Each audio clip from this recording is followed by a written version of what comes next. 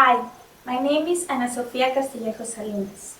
I'm currently studying the Accounting and Finances career in the University of Monterrey.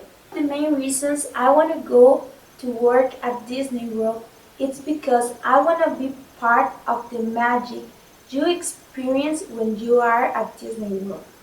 Seeing the people you are working for happy, I think it's the best retribution you can get.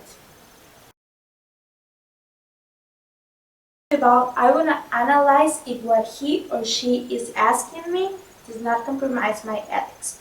But if it was not the case and it was a different thing, well, I will obey my supervisor, and at the end of the day or at the end of the task, I will go to him or her, talk about it,